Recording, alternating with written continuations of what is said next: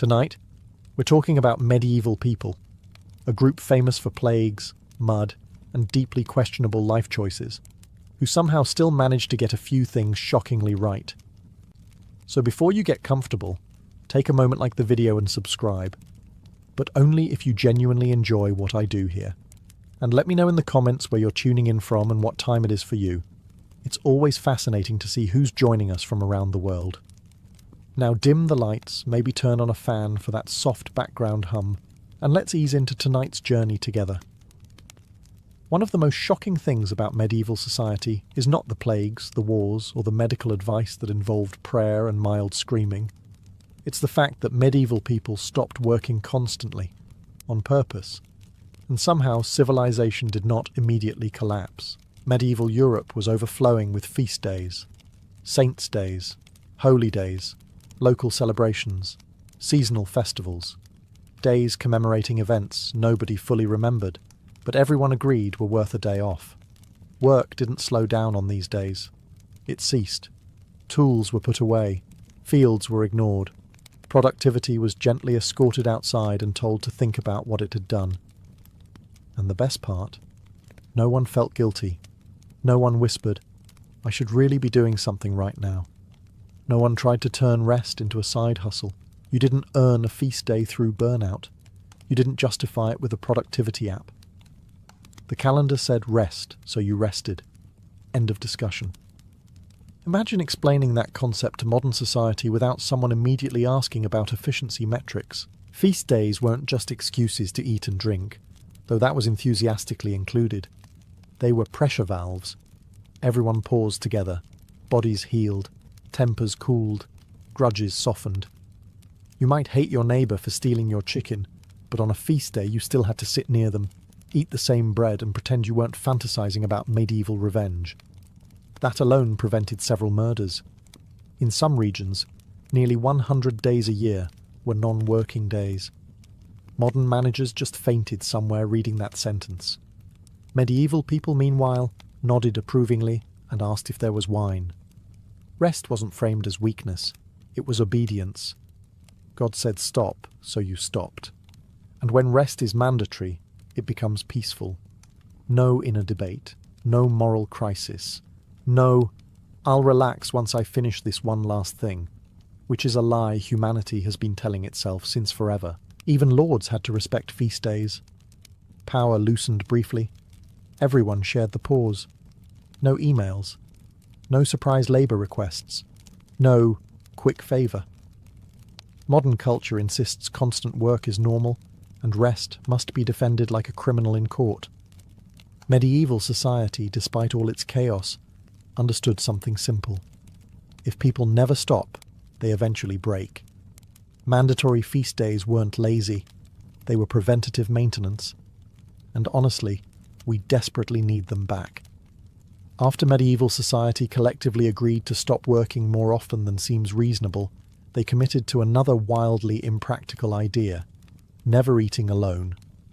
Meals weren't private moments of quiet reflection. They were public events, loud ones, messy ones, events where personal space went to die. Medieval people ate together constantly. Families, servants, neighbours, travellers. If you were nearby and vaguely human, you were probably sitting at the table. Long wooden benches replaced chairs, and the concept of "this is my seat" did not exist. You sat where there was room and accepted your fate. Food was shared. Bowls were shared. Utensils were optional. Hygiene was a suggestion. If someone reached across the table and dipped their bread into the stew, that was not rude. That was dinner. If you were squeamish, medieval society gently encouraged you to starve. And yet, somehow this worked. Communal meals forced interaction. You couldn't disappear. You couldn't quietly avoid people you disliked. If you had a problem with someone, you had to face them across a table while chewing, which is one of the most humbling conflict resolution methods ever invented. Arguments happened in public. Apologies happened in public. Gossip spread efficiently and then died naturally, because everyone heard the story at the same time. No endless rehashing, no group chats spiraling out of control. One meal, one scandal, resolved by dessert. Compare that to modern life, where eating alone has become the default. People eat while staring at screens, headphones in, existing 3 inches from another human being, but emotionally on another planet. Medieval peasants would find this deeply unsettling. "Why are you eating in silence?" they'd ask. "Who are you angry at?" Communal eating also prevented isolation. If someone stopped showing up to meals, people noticed, immediately. There was no quiet disappearance. Loneliness couldn't hide because hunger has excellent attendance records. And yes, diseases spread. That happened. Medieval people accepted this as the price of community, much like modern people accept terrible posture as the price of smartphones. The medieval table was chaotic, loud, and deeply inefficient. But it created belonging. You were seen. You were fed. You were included whether you liked it or not. Modern society prides itself on independence. Medieval society prioritized presence.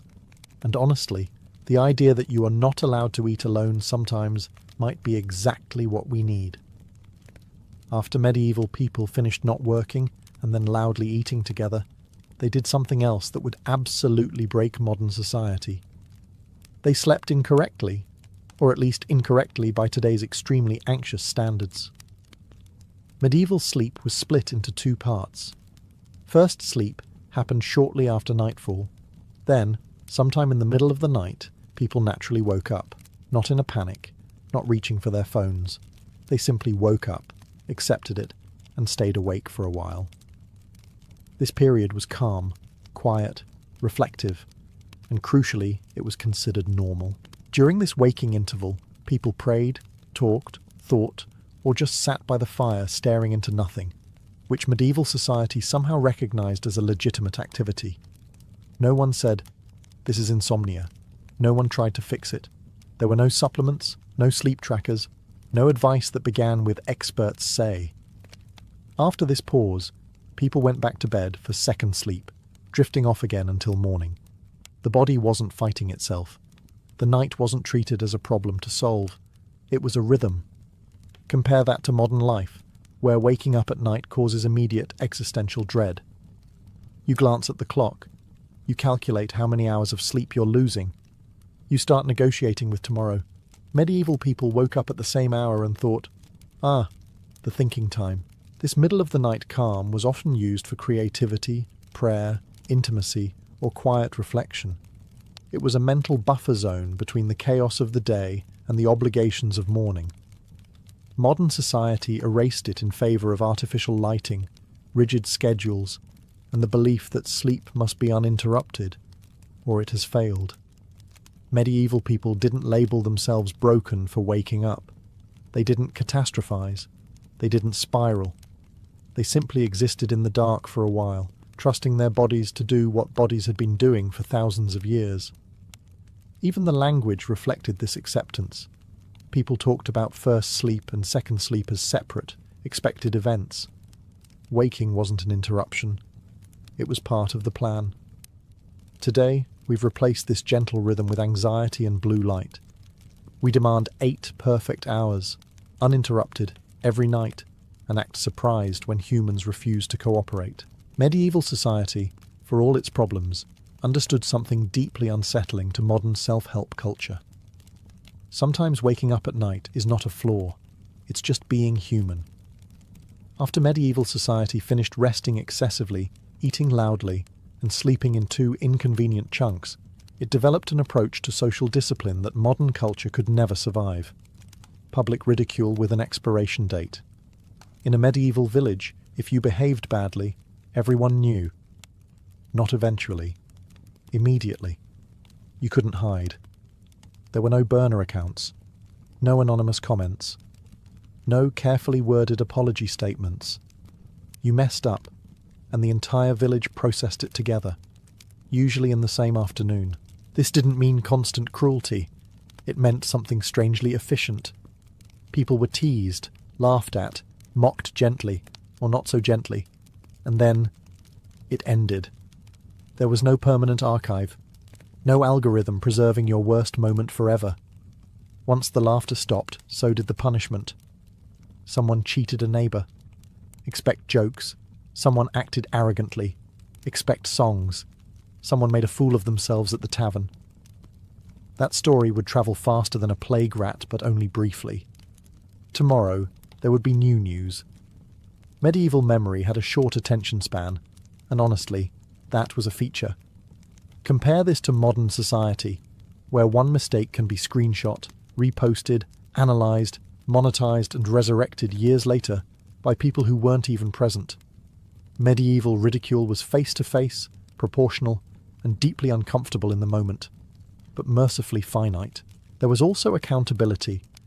You couldn't curate an image when everyone knew your actual behaviour. Reputation wasn't managed online, it was lived.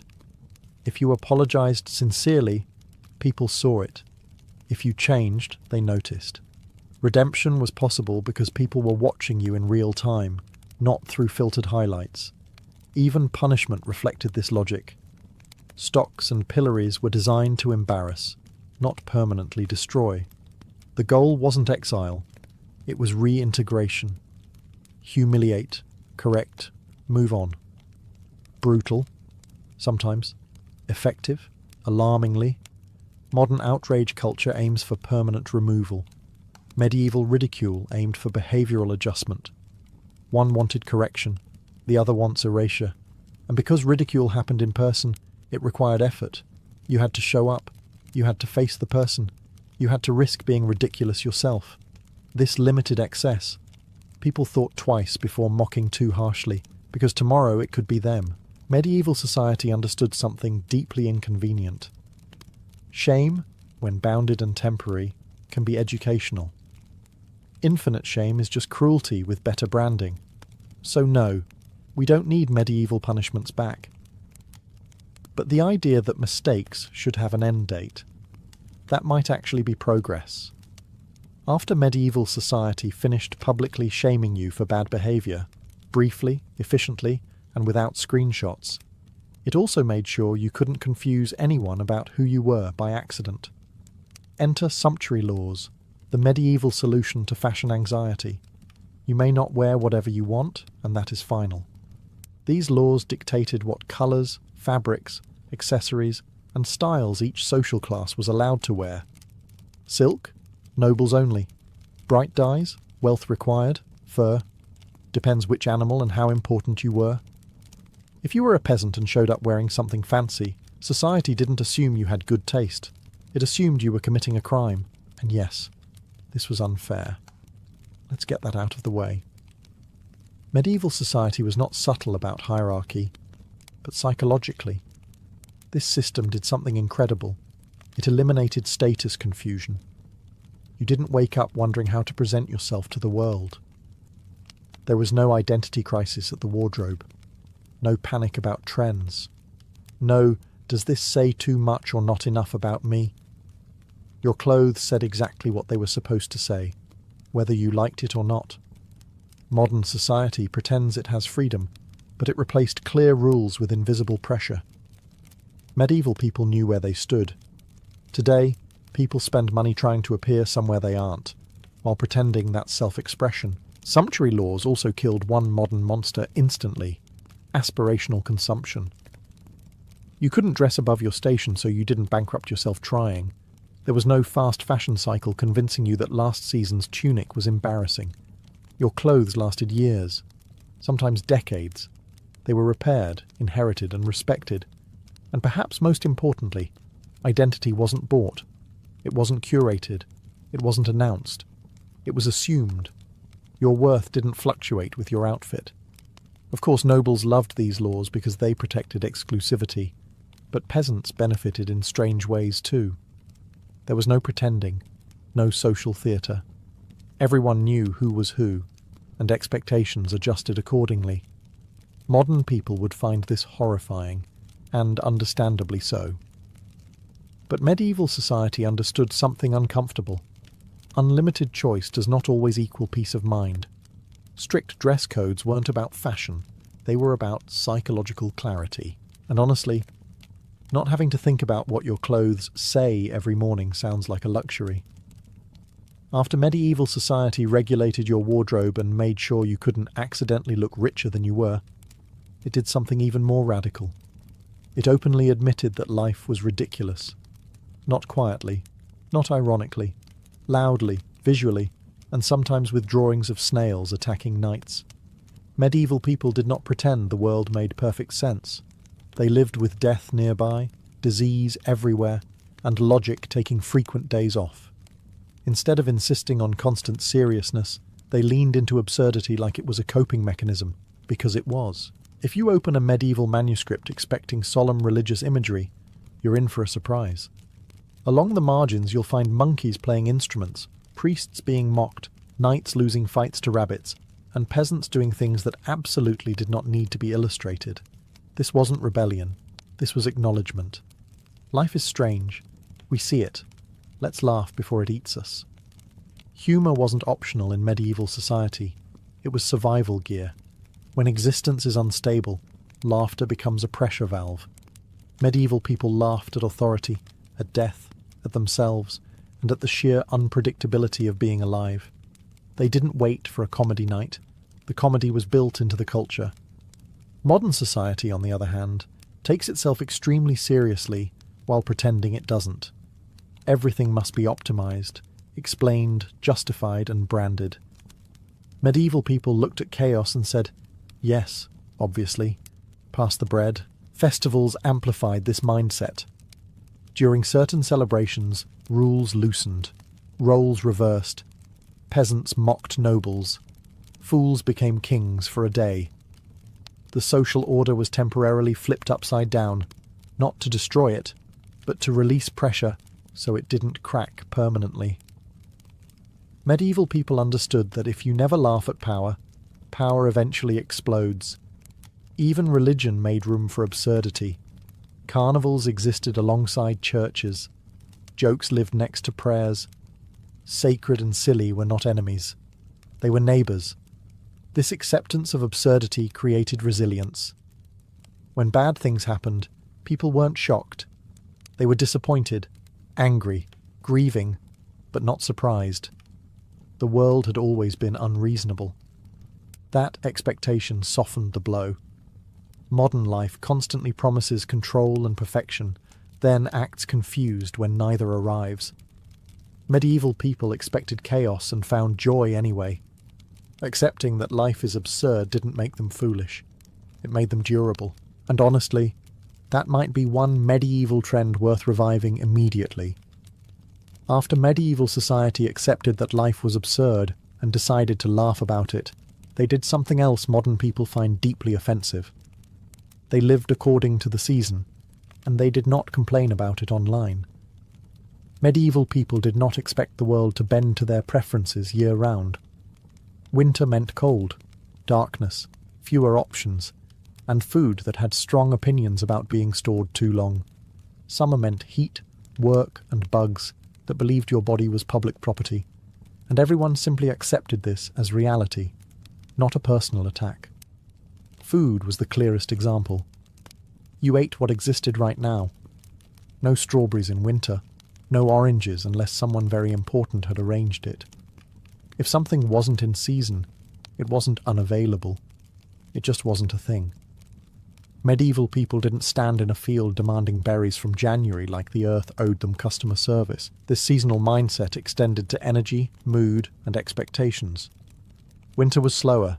People worked less, slept more, gathered indoors, and survived. Summer was faster. Labour intensified. Days stretched longer. Rest became brief and strategic. No one tried to maintain the same pace year-round because that would be insane. Modern society insists every month should feel identical. Same productivity, same diet, same energy. Medieval people would look at this and ask, why are you fighting the sun? Seasonal living also softened disappointment. When something was gone, it was gone. No substitute, no alternative. You didn't scroll endlessly looking for replacements. You adapted. You waited. You appreciated what returned. This rhythm created anticipation. Certain foods mattered more because they were rare. Certain moments felt special because they didn't last. Modern abundance erased that feeling and replaced it with mild dissatisfaction at all times. Even emotionally, medieval people expected fluctuation. Winter sadness was normal. Summer joy was temporary. Nobody tried to optimize their mood constantly. They accepted cycles instead of resisting them. Seasonal living wasn't romantic. It was limiting, sometimes cruel, often inconvenient.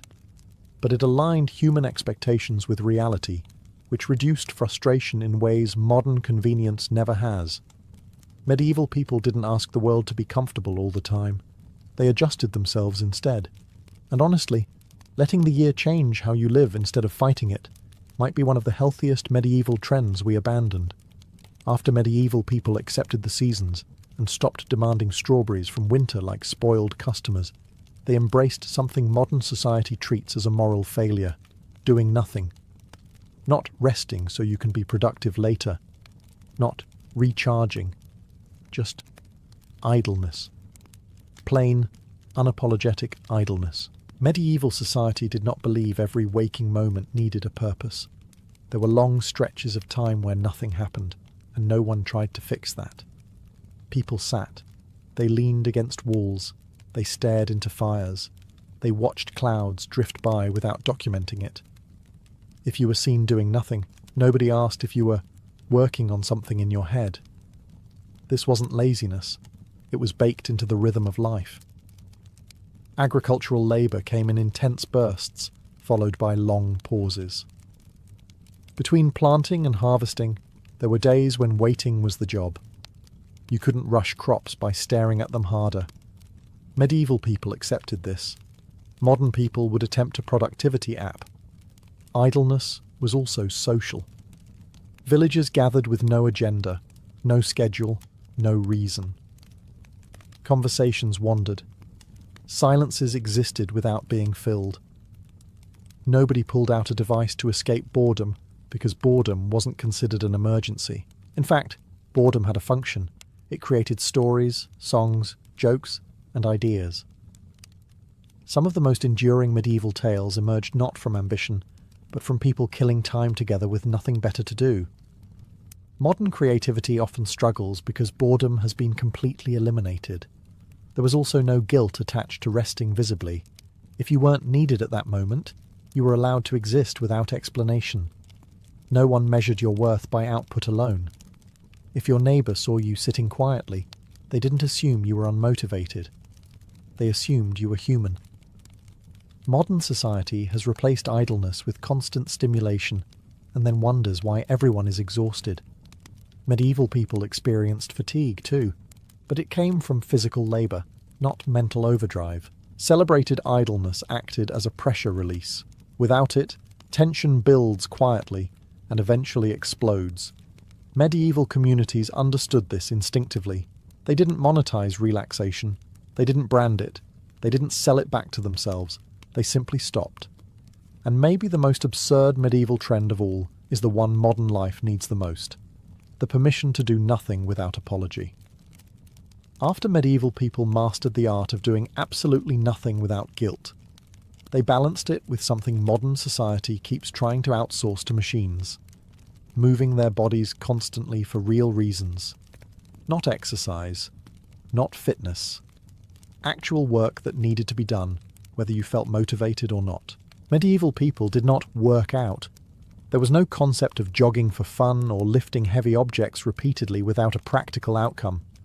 If you lifted something heavy, it was because it needed to be moved. If you walked long distances, it was because there was somewhere you had to go. If you were tired at the end of the day, congratulations, the system was functioning correctly. Physical labour acted as therapy without anyone calling it that. Stress didn't accumulate silently in the body. It was burned off chopping wood, carrying water, digging soil, or hauling something heavier than it had any right to be. There was no time to overthink when your arms were already screaming. Modern society has reversed this completely. We sit still all day and then attempt to simulate medieval labour in climate-controlled rooms while staring at mirrors. Medieval people would find this deeply confusing. "Why are you lifting the same stone repeatedly?" they'd ask. Is the stone cursed? Physical work also anchored people in reality. You knew what you had accomplished because you could see it. A field cleared, a fence repaired, a load carried. Progress was tangible. No abstract metrics, no performance reviews, no wondering whether your effort mattered. If something existed at the end of the day, it mattered. This constant movement also regulated sleep, appetite, and mood naturally. When your body is genuinely tired, it sleeps. When it's hungry, you eat. When it's satisfied, it rests. Medieval people didn't need reminders to listen to their bodies. Their bodies made themselves very clear. Of course, the work was hard, sometimes brutal. Bodies broke down. Medieval life was not a wellness retreat. But modern society has discovered something worse.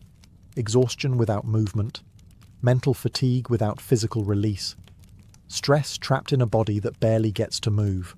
Medieval labour wasn't efficient, it wasn't optimised, it wasn't gentle. But it provided something modern life struggles to replicate, a direct relationship between effort and relief. You worked, you were tired, you slept. No interpretation required. And maybe that's why medieval people, despite everything, often slept better than we do. After medieval people finished exhausting their bodies through honest labour and sleeping like rocks, they handled disagreements in a way that would immediately terrify modern society. Out loud, in public, and with witnesses. Medieval arguments did not happen quietly in private messages. They happened in taverns, marketplaces, churchyards, and village squares, places where everyone could hear you, judge you, and remember your worst phrasing forever. If you were angry, the entire community knew about it before lunch. And strangely, this worked. Public debate meant accountability. You couldn't carefully curate your words after the fact. You couldn't edit, delete, or reframe your argument once it left your mouth. If you said something foolish, people reacted immediately. Laughter, groans, or the sudden silence of collective disappointment did the moderating for you. Disagreements were loud, emotional, and sometimes theatrical. Gestures were involved. Voices rose. Someone probably spilled a drink. But crucially, once the argument ended, it was over. There was no endless replay, no passive-aggressive follow-up. No one lay awake at night rereading messages that didn't exist. Because arguments happened face-to-face, they also required courage. You had to stand in front of the person you disagreed with. You had to see their expression. You had to feel the social weight of your words. This alone filtered out a shocking amount of cruelty. Modern conflict is sanitized and therefore endless. Medieval conflict was messy but finite. People argued, resolved, drank, and moved on. You might still dislike someone, but you weren't trapped in a perpetual state of unresolved tension fueled by silence. Public debate also strengthened communal norms. The village collectively decided what behaviour crossed a line. No algorithms, no anonymous outrage, just human judgment, delivered immediately and sometimes brutally. And because everyone was present, power dynamics were visible. A noble yelling at a peasant looked different in front of witnesses. Abuse had an audience. That mattered. Of course, this system wasn't perfect. Sometimes it escalated. Sometimes fists replaced words. Medieval society was not a conflict resolution seminar, but it understood something modern culture has forgotten. Arguments need an ending. When conflict is embodied, it resolves faster. When it's abstract, it metastasizes. Medieval people argued loudly so they wouldn't argue forever. And honestly, the idea that disagreements should happen in daylight, not behind screens, might be one of their healthiest habits. After medieval people finished arguing loudly in public and then immediately moving on with their lives, they lived under a concept modern society finds deeply uncomfortable. Everyone noticed everything. Privacy existed, but only in theory. In practice, medieval villages operated like a small room with no doors and excellent acoustics. If you were doing well, people knew. If you were struggling, people knew. If you tried to quietly fall apart in the corner, the village gently refused to let you. Community responsibility wasn't optional or sentimental. It was practical. Survival depended on it. If someone didn't show up to work, didn't eat, or didn't leave their house for a few days, It wasn't considered their personal business. It was considered a problem that needed immediate attention, preferably before it affected the harvest. This constant visibility meant isolation was rare. Loneliness had very few places to hide.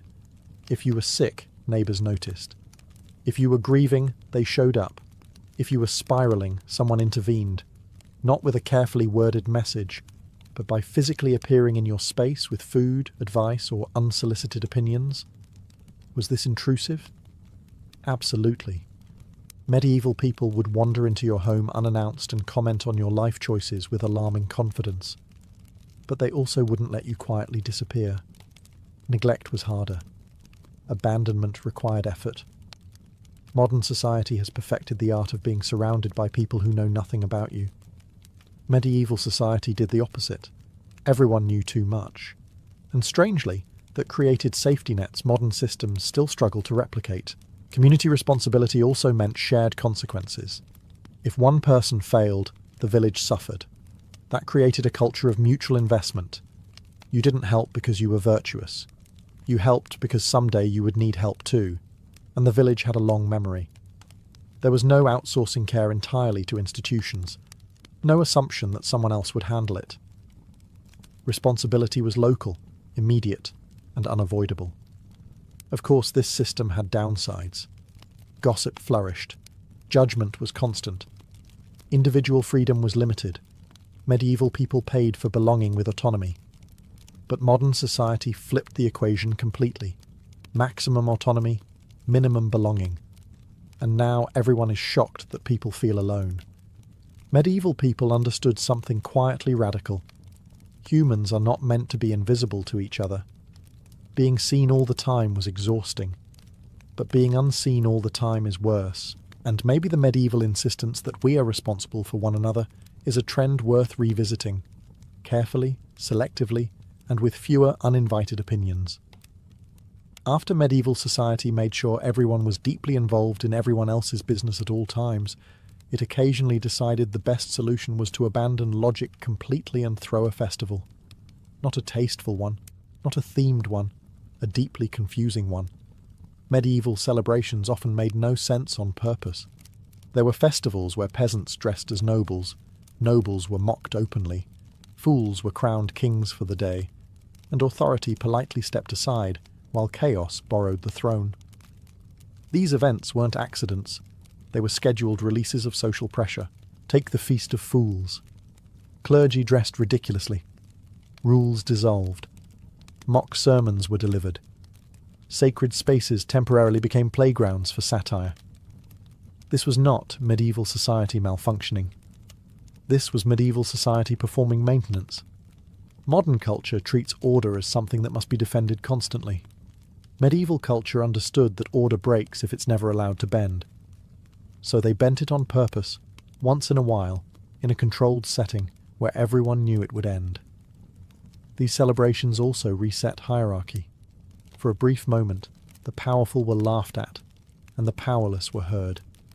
Not enough to overthrow the system, just enough to stop resentment from boiling over into something sharp and dangerous. And importantly, everyone participated. You didn't opt out. You didn't stand on the sidelines pretending you were above it. The village agreed, collectively, to suspend seriousness and embrace nonsense. Even people who hated joy were dragged into it. Modern society does chaos accidentally. Medieval society scheduled it.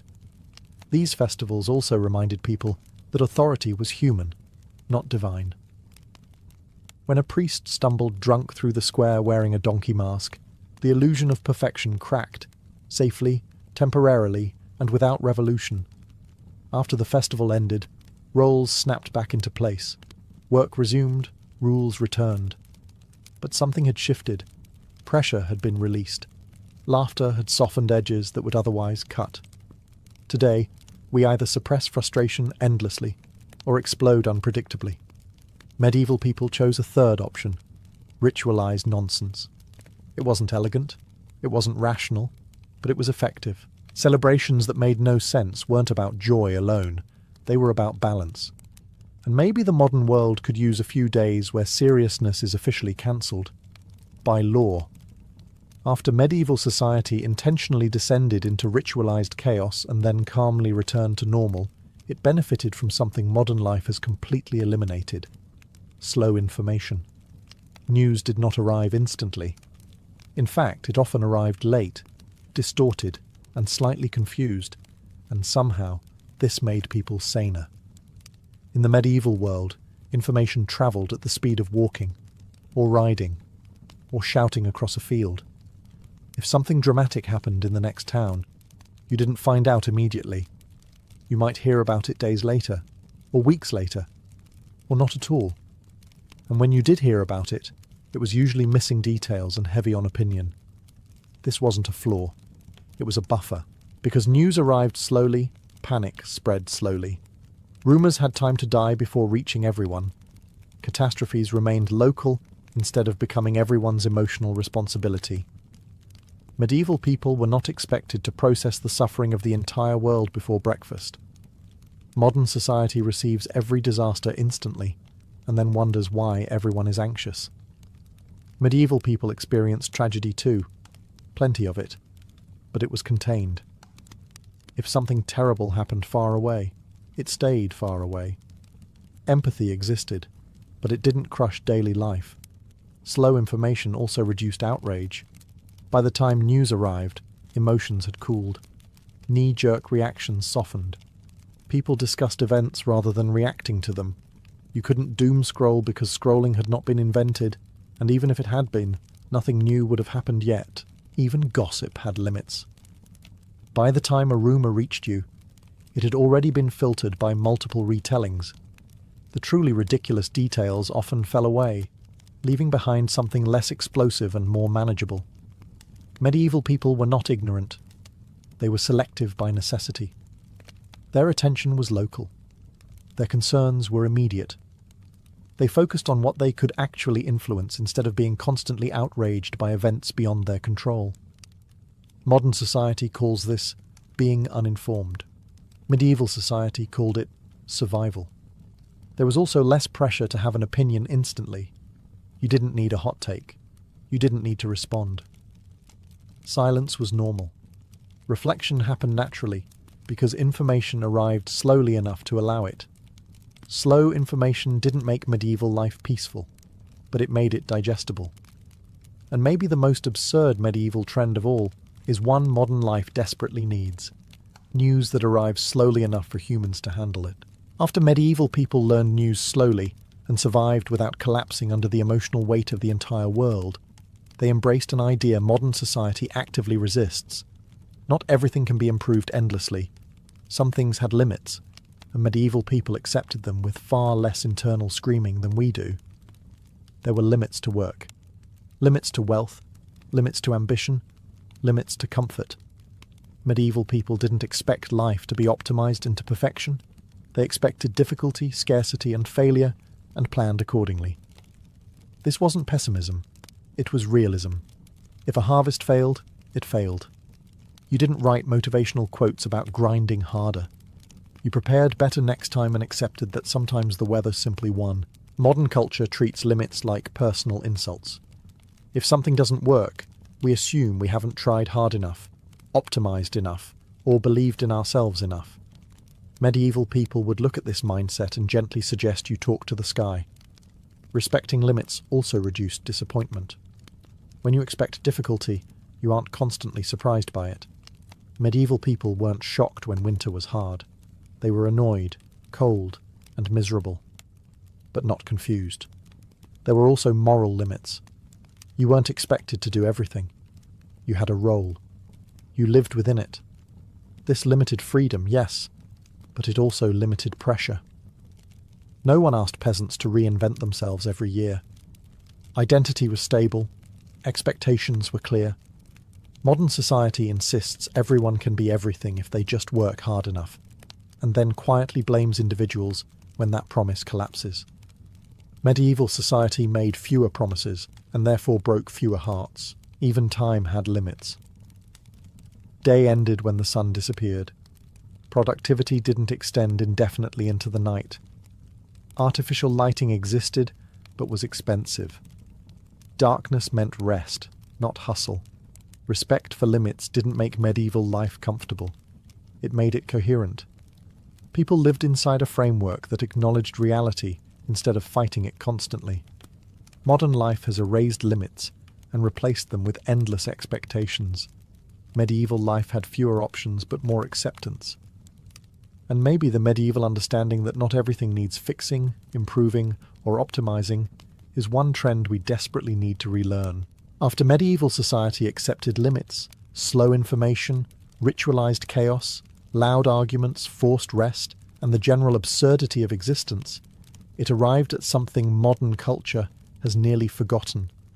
Life was not a project. It wasn't something to be constantly upgraded, measured, or optimized.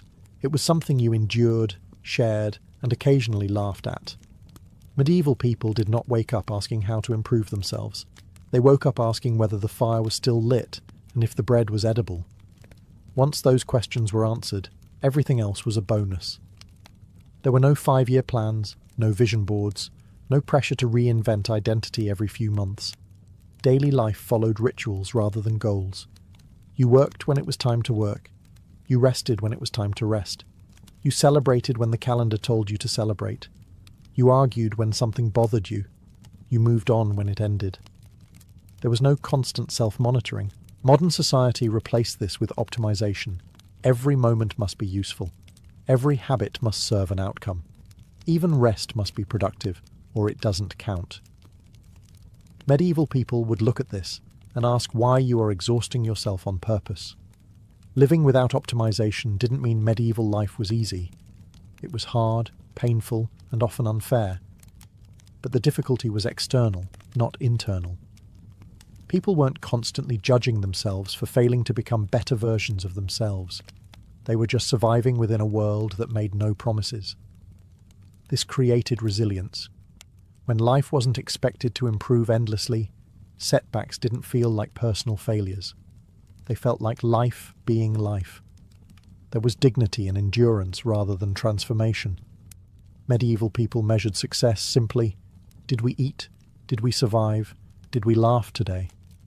If the answer was yes, the day had value. Modern culture insists meaning must be constructed through achievement. Medieval culture allowed meaning to emerge through participation. No dashboards, no metrics, no constant improvement plans. Just cycles of effort, rest, community, and absurdity. And maybe the most absurd medieval trend of all, the one that truly needs to come back, is the idea that life does not need to be optimized to be worth living. In the ancient world, sport was never a harmless way to kill an afternoon. There were no pick-up games, no stretching politely before exercise, and absolutely no playing just for fun. Every competition existed for a reason, and that reason was usually serious: survival, honor, religion, or power. When ancient people played, they were rehearsing for life itself. First and foremost, sport was preparation for war. Long before standing armies and professional soldiers, most men were expected to fight when called. Running, throwing, wrestling and riding were not hobbies. They were battlefield skills disguised as competition. If you could sprint faster, throw farther, or overpower another man in the sand, you had a better chance of surviving combat. Victory in sport suggested usefulness in war, and usefulness in war meant status. But physical training alone was not enough. Sport was also a ritual act, deeply tied to religion. Many competitions were held during festivals honoring gods, ancestors, or cosmic forces. Winning was not just a personal triumph, it was proof of divine favor. To lose publicly could imply that the gods had turned their faces away from you, which was socially inconvenient at best, and spiritually alarming at worst.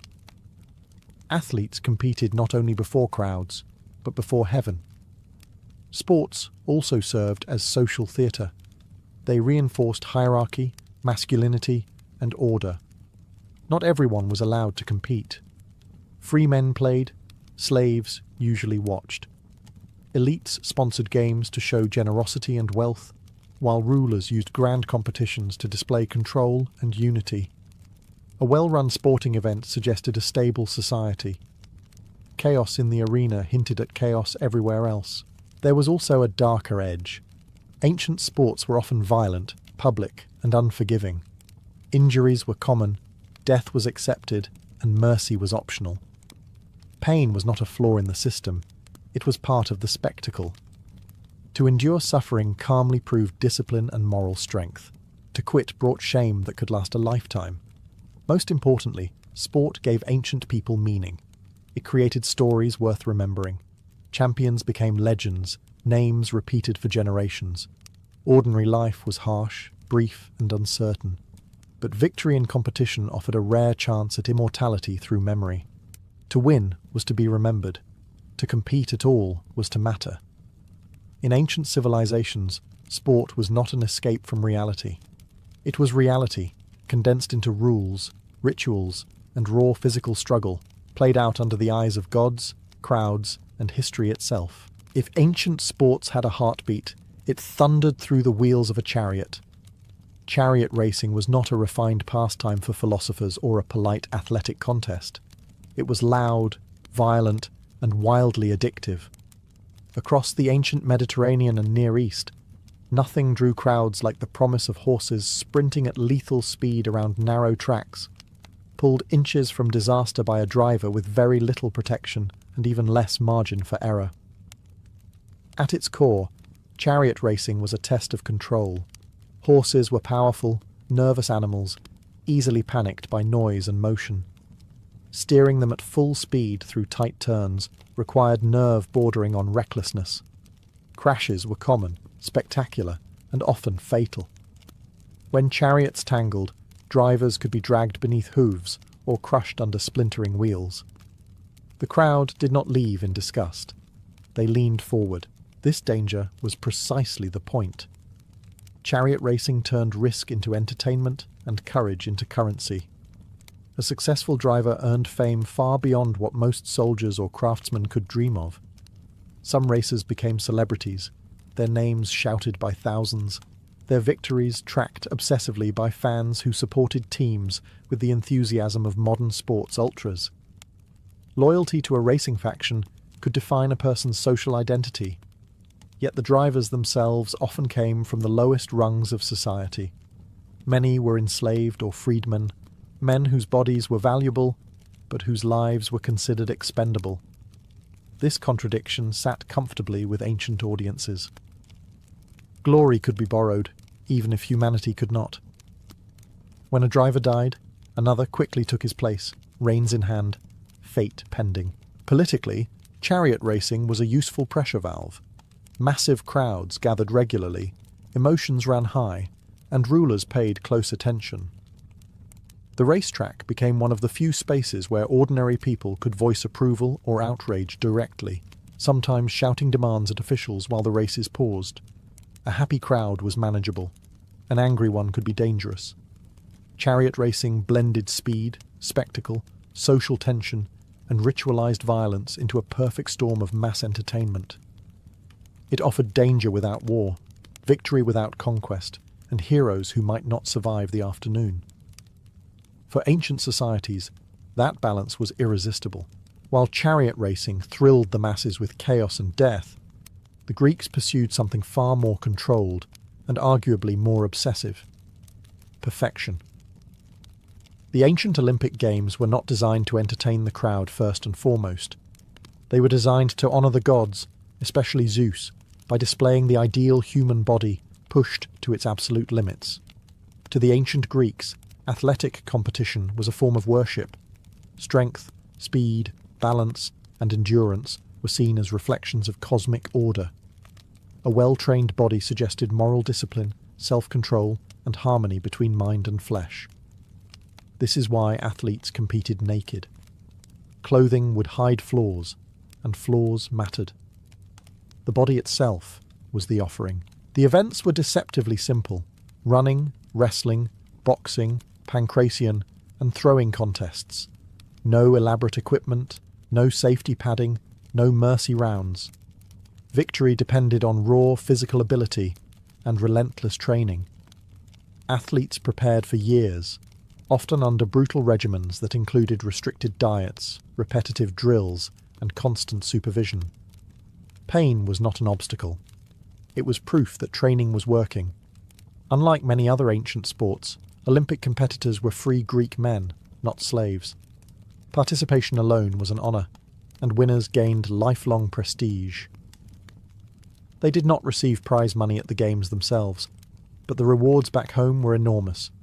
Public meals for life, statues, poems written in their honour, and political influence. A victorious athlete elevated not just himself, but his city-state. However, the Olympics were not the peaceful celebration modern imagination likes to project. Cheating, bribery, and rivalry were common. Athletes swore sacred oaths to compete honestly, then quietly looked for ways around them. The pressure to win was immense, because failure meant obscurity. Second place was effectively invisible. Women were excluded entirely, both as competitors and spectators, with rare exceptions.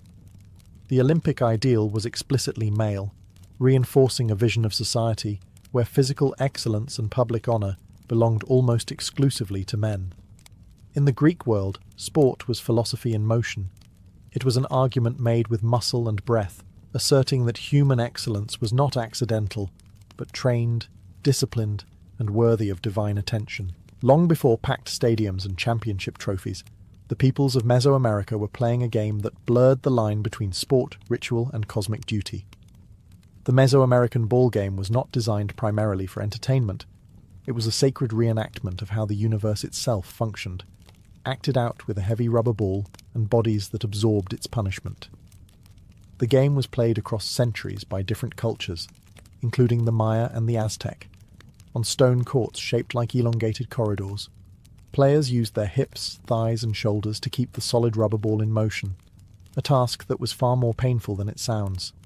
The ball could weigh several kilograms, and repeated impacts left deep bruises and broken bones. Protective gear existed, but it was limited and symbolic rather than comfortable. At a symbolic level, the ball represented celestial bodies, often the sun or planets moving through the sky. The court itself mirrored the boundary between worlds, the space between life and death. Every match was a ritual struggle to keep cosmic order intact. If the ball stopped, metaphorically speaking, the universe could fall apart. That was the idea, at least. Victory and defeat carried consequences far beyond pride. In some ceremonial games, players, captives, or entire teams could be sacrificed afterward. Contrary to popular myth, it was not always the losers who died, nor always the winners. Sacrifice was considered an honour, a direct offering to the gods. From a modern perspective, this is unsettling. From an ancient one, it was logical. What better gift could you give the divine than excellence followed by blood? The ball game also reinforced political power. Rulers sponsored courts, hosted matches, and used the spectacle to legitimize their authority. A successful game implied divine approval of the ruling class. A failed one could be interpreted as a bad omen. The stakes were cosmic, but the messaging was political. Unlike Greek athletics, the Mesoamerican ball game was not about perfect bodies or individual fame. It was about duty, endurance, and submission to a universe that demanded balance. Pain was expected, death was acceptable, and sport, once again, was not an escape from reality, but a ritual that explained why reality was so unforgiving. In ancient Egypt, sport existed within a worldview obsessed with balance, order, and control. Wrestling, one of the oldest documented sports in human history, fit perfectly into this mindset. Scenes carved into tomb walls and painted on temple reliefs show wrestlers locked in grips, throws frozen in stone, bodies tense but composed. These images were not decorative. They were statements about how the world was supposed to function. Egyptian wrestling was structured, technical, and surprisingly sophisticated. Matches followed recognizable rules, with a clear progression of holds, counters, and throws. This was not a chaotic brawl. It was controlled violence, meant to demonstrate mastery over the body and, symbolically, over disorder itself. To wrestle well was to embody Ma'at, the cosmic principle of harmony that underpinned Egyptian religion and kingship. The wrestlers themselves were often soldiers or men in physical training for military service. Wrestling built strength, balance, and endurance, all essential for combat. But unlike battlefield fighting, wrestling emphasized restraint. The goal was domination, not destruction. Breaking your opponent was less important than proving you could control him. This distinction mattered deeply in Egyptian society. Power was meant to be exercised calmly, visibly, and with purpose. The pharaoh ruled not by constant violence, but by maintaining balance between chaos and stability. Wrestling mirrored this philosophy perfectly. Two men struggled, but within limits. Order always returned at the end. Wrestling also carried ritual significance beyond training. Tomb paintings suggest that athletic skill followed a person into the afterlife. To depict oneself wrestling was to claim eternal vitality, readiness, and worthiness before the gods. The dead, after all, were expected to be judged, weighed, and tested. A strong body symbolized a prepared soul. Unlike Greek athletics, Egyptian sport did not glorify individual fame. Wrestlers did not become celebrities, and victories were not immortalized with poems or statues. The emphasis was collective and symbolic. Skill served the state, the gods, and the eternal order, not personal legacy. In Egyptian civilization, sport was not about pushing limits recklessly or courting danger for spectacle. It was about discipline. Wrestling taught that strength without control was useless, and that true power revealed itself through balance, technique, and calm dominance. If Greek sport worshipped perfection and Egyptian sport worshipped order, Roman sport embraced something far more unsettling: domination through spectacle. Gladiatorial combat was not officially called a sport in the modern sense, but it functioned exactly like one. It had rules, training schools, fan loyalty, statistics, and stars. What separated it from other athletic contests was the ever-present possibility of death, carefully staged for maximum emotional impact. The Roman gladiatorial games were born from funerary rituals meant to honor the dead with blood. Over time, they evolved into mass entertainment funded by elites and emperors who understood one simple truth: nothing distracted the public quite like violence with structure. Gladiators trained intensely, learning specific fighting styles, weapons, and movements. These were not random brawls. They were rehearsed encounters designed to look chaotic while remaining legible to the crowd. Most gladiators were enslaved men, criminals, or prisoners of war, though some free men volunteered, usually driven by debt or desperation. Once inside the gladiator school, they were transformed into valuable assets. Owners fed them well, trained them carefully, and discouraged pointless death. A dead gladiator was a financial loss. A wounded but victorious one was an investment paying off. This created a strange contradiction. Gladiators were socially despised, yet wildly adored. They were mocked as low-status fighters, yet their faces appeared on graffiti, lamps, and souvenirs. Women admired them openly. Crowds memorized their records. In a society obsessed with honor, gladiators were denied respect, but granted fame. The violence itself was ritualized. Referees oversaw fights. Medical staff waited nearby. Matches followed established rhythms, building tension before the decisive moment. When a fighter fell, the crowd became judge and jury, demanding mercy or death through collective gestures. The final decision rested with the sponsor, who performed authority in front of thousands. Gladiatorial combat reinforced Roman values brutally clearly.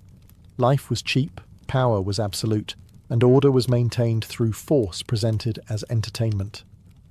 Watching death was not considered immoral, it was educational. It reminded spectators of their place in the hierarchy and the cost of defiance. In Rome, sport did not escape violence. It refined it, staged it, and sold it as a public lesson in who controlled life and who merely survived it.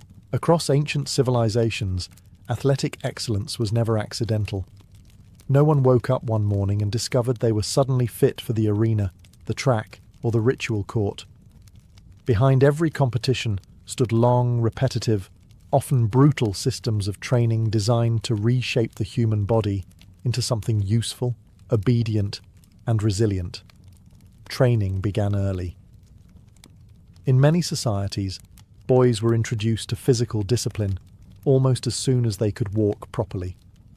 Running, lifting, sparring, and endurance exercises were woven into daily life. This was not recreational fitness. It was social conditioning. A weak body suggested weak character, and weakness reflected poorly on families and communities alike. Diet played a surprisingly large role. Ancient athletes followed strict eating routines tailored to their sport. Meat, grains, wine, and oil were consumed with purpose, not pleasure. Food was fuel, and excess was discouraged. In some cultures, athletes experimented constantly, adjusting meals to increase strength or stamina. Success validated the diet. Failure discredited it. Discipline extended beyond the physical. Athletes were expected to control emotion, pain, and fear. Complaining was shameful. Endurance under discomfort proved moral strength. This is why ancient spectators admired suffering in sport. Pain demonstrated commitment, not failure. To endure quietly was to show worth. Training spaces themselves reflected social values. Gymnasiums, wrestling yards, and training schools were public institutions where bodies were shaped under watchful eyes. Supervision ensured conformity. Coaches enforced rules, corrected posture, and punished laziness. Improvement was measured not only by victory, but by visible transformation. However, access to training was never equal. Free men trained openly. Enslaved athletes trained under coercion. Elites often had better facilities and more time to prepare. Athletic systems reproduced inequality while pretending to reward merit. Strength was praised, but opportunity was controlled. Athletic discipline also crossed into morality. Self-control in sport was believed to translate into self-control in civic life. A man who mastered his body could be trusted to obey laws, fight wars, and respect authority. Physical training became a tool for producing compliant citizens. In the ancient world, sport did not simply reveal who was strong. It manufactured strength according to social needs. Athletes were built, not born, and their bodies carried the values, anxieties, and power structures of the civilizations that trained them. For all their obsession with bodies, strength, and competition, ancient sports cultures were remarkably selective about who was allowed to participate. Athletic ideals were celebrated loudly, but access to sport was tightly controlled.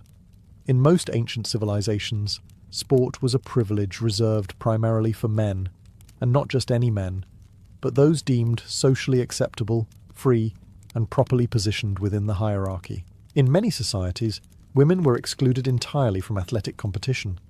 This was not because women lacked physical ability, but because sport symbolized public power. Competing meant being seen, admired, judged, and remembered. Allowing women into that space threatened established ideas about gender roles and authority. Physical excellence in women raised uncomfortable questions about masculinity, inheritance, and control. Where women did appear in sport, their participation was carefully limited and framed. In some Greek contexts, women had separate athletic festivals tied to fertility and religious ritual, emphasizing modesty and symbolism rather than competition. These events reinforced gender expectations rather than challenged them. Strength was acceptable only when it served motherhood, ritual purity, or divine order. Elsewhere, women were present primarily as spectators, prizes, or symbolic figures. Their admiration mattered. Their presence validated male achievement. But participation remained off-limits. To compete publicly would blur the boundary between domestic and civic life, something ancient societies worked hard to maintain. Class restrictions were just as rigid. Slaves could train and fight, but rarely for their own honor. Their bodies belonged to others. Victories enriched owners, sponsors, or rulers, not the athletes themselves. Free men, meanwhile, competed for glory and status, reinforcing the illusion that sport rewarded merit alone. Even among free men, exclusion was common. Age, citizenship, ethnicity, and wealth all shaped who could enter the arena or the track. Ancient sport celebrated excellence while quietly denying opportunity to most of the population. This selective participation reveals the true function of ancient sport. It was not about fairness or universal competition. It was about displaying an idealized version of society, one where power looked natural, hierarchy appeared justified, and bodies confirmed social order. Who was allowed to play mattered just as much as who won. Ancient sports may look distant, brutal, or strangely ceremonial, but their influence never disappeared. Modern athletics did not emerge from nowhere. They inherited structures, values, and contradictions shaped thousands of years ago, when competition was inseparable from religion, politics, and survival. At their core, ancient sports taught societies how to turn physical struggle into meaning. Rules transformed violence into ritual. Training converted chaos into discipline. Spectacle made hierarchy visible. These ideas remain embedded in modern competition, even when stripped of overt religious language. Stadiums still resemble temples. Athletes are still elevated, admired, and scrutinized as symbols of collective identity. Ancient sports also reveal why competition captivates people so deeply. They created shared emotional experiences, moments when entire communities watched the same bodies strain, fail, or triumph. Victory still offers temporary escape from ordinary life, just as it did in Antiquity.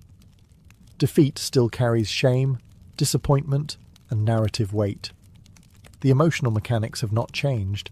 The darker aspects matter too. Ancient sports remind us that entertainment has always flirted with cruelty. The line between admiration and exploitation has never been clean. Bodies are still pushed beyond healthy limits. Pain is still normalized when it produces spectacle. The ancient world was simply more honest about the cost. Studying these early competitions also forces uncomfortable questions. Who gets to compete? Who benefits from victory? Who risks everything while others profit? Ancient sports exposed these dynamics openly. Modern systems often hide them behind contracts, branding, and polite language. Most importantly, ancient sports show that competition is a cultural mirror. Every civilization designs its games to reflect what it values. Greeks pursued harmony and excellence. Romans displayed power and control. Mesoamerican societies reenacted cosmic struggle. Egyptians reinforced balance and order. Each game told a story about how the world worked, or how people wished it did. Ancient sports mattered because they explained life in motion. They taught people who they were, where they stood, and what was expected of them. That lesson never stopped.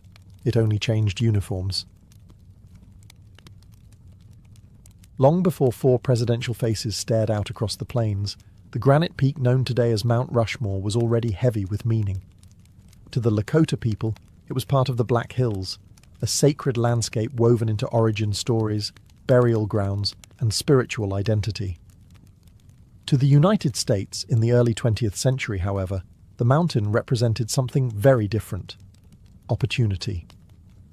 By the 1920s, America was hungry for symbols.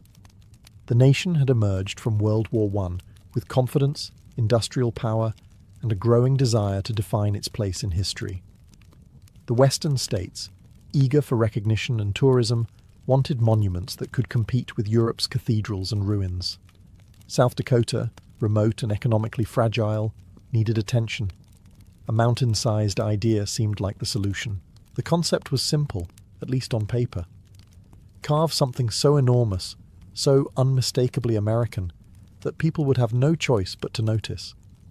Initially, local boosters imagined statues of frontier heroes and explorers, but grander ambitions quickly took over. Why celebrate regional figures when the mountain could honor the nation itself? Choosing the site was not just an artistic decision. It was political, symbolic, and deliberate. The granite face of the mountain was stable, visible from miles away, and perfectly suited for large-scale carving. It also sat on land seized from the Lakota, despite treaties that explicitly guaranteed native ownership. That contradiction was quietly ignored. In the story America wanted to tell about itself, conquest had already been reframed as destiny. The mountain was renamed, stripped of its indigenous identity, and prepared for reinvention. It would no longer speak of sacred hills and broken promises, but of presidents, progress, and permanence. The act of carving was meant to transform raw nature into national narrative, turning stone into story. At its core, the decision to carve Mount Rushmore was about control. Control over landscape, history, and memory. By choosing the mountain, the nation was declaring not only who deserved to be remembered, but who could be forgotten. The rock would endure for centuries, long after living voices faded. Before a single drill touched granite, Mount Rushmore had already become what it remains today. A monument, not just to leadership, but to the power of storytelling carved into the land itself. The man chosen to turn a mountain into a message was not known for modest ideas or quiet cooperation. Gutzon Borglum believed that monuments should overwhelm the viewer, not invite contemplation. Art, in his view, was meant to dominate space, impose meaning, and endure longer than the people who created it. Mount Rushmore was not just another commission. It was the project he had been waiting for his entire life. Borglum arrived with a vision that was both artistic and ideological. He did not want a simple carving or a decorative relief. He wanted a national shrine, something that could rival the great monuments of antiquity. The scale mattered more than subtlety. The faces had to be enormous, visible from miles away, and instantly recognizable. Anything smaller would fail the mission. His personality shaped the project as much as his talent. Borglum was volatile, opinionated, and deeply convinced of his own historical importance. He clashed constantly with officials, engineers, and workers. Plans changed frequently, often without warning. Designs were revised mid-carving. Deadlines shifted. Budgets ballooned. Borglum ruled the mountain like a sovereign, driven by instinct as much as calculation. Yet his intensity also fueled progress. Borglum understood spectacle. He knew that a monument of this size needed drama to survive politically and financially. He courted publicity relentlessly, giving interviews, staging photo opportunities, and framing the project as a patriotic necessity. Mount Rushmore was not just being carved, it was being sold to the American public as a symbol of unity and greatness. His vision extended beyond the faces themselves. Borglum imagined inscriptions, chambers, and historical records carved into the mountain, turning it into a literal archive of the nation. Many of these ideas were never completed, but they reveal how seriously he took the project's symbolic role. This was not art for art's sake. It was art as national narrative. Borglum's flaws were undeniable. His ego complicated collaboration, and his worldview left little room for dissent or alternative perspectives. Indigenous objections were dismissed. Labour concerns were secondary. What mattered was the monument's completion and the story it would tell. In Borglum's hands, Mount Rushmore became an expression of willpower, not just the nation's, but his own. The mountain was no longer merely stone. It was a canvas for ambition on a scale rarely attempted, and even more rarely completed. While presidents would eventually dominate the granite face, it was ordinary men who risked their lives to make Mount Rushmore real. The project relied on hundreds of workers, many of them local miners, quarrymen and labourers, who were accustomed to danger, but unprepared for the scale of what awaited them. Every working day meant climbing sheer rock faces, dangling from ropes, and trusting explosives not to misfire. The worksite itself was hostile. There were no paved roads to the summit in the early years, no elevators, and no modern safety systems. Workers ascended the mountain using wooden ladders and primitive winches, hauling tools and supplies with them. Once in position, they drilled into solid granite by hand, inserting dynamite charges with extreme precision. One mistake could mean death, not just for the man placing the charge, but for everyone nearby. Remarkably, despite the constant danger, no worker was officially killed during the carving. This fact is often repeated with pride, but it masks the reality of countless injuries, close calls, and long-term health damage. Flying rock shards caused cuts and broken bones. Repeated exposure to granite dust damaged lungs. Hearing loss was common. Survival often depended more on luck than design. Most workers were paid modest wages, steady but unremarkable. In the shadow of the Great Depression, however, this mattered. Mount Rushmore became a rare source of reliable employment at a time when jobs were scarce and desperation widespread. For many families, the mountain quite literally put food on the table.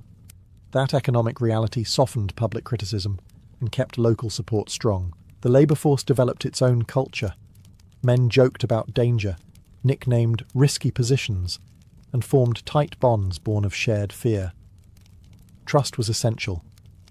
When a worker was lowered over the edge of the mountain in a bosun's chair, he relied entirely on the men above to hold the rope steady. Every task required cooperation, even as individual names faded into anonymity. What makes the labour history of Mount Rushmore striking is how invisible it became.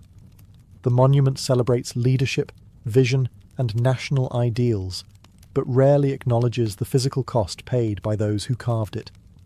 Their skill turned abstract ambition into solid form.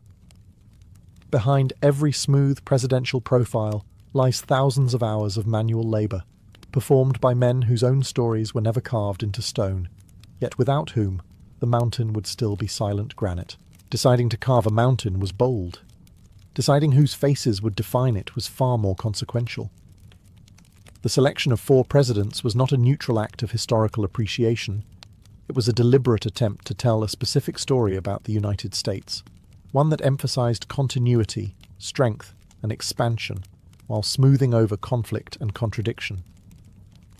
The figures chosen were meant to represent a narrative arc. George Washington symbolized the nation's birth, the idea that independence and leadership were inseparable.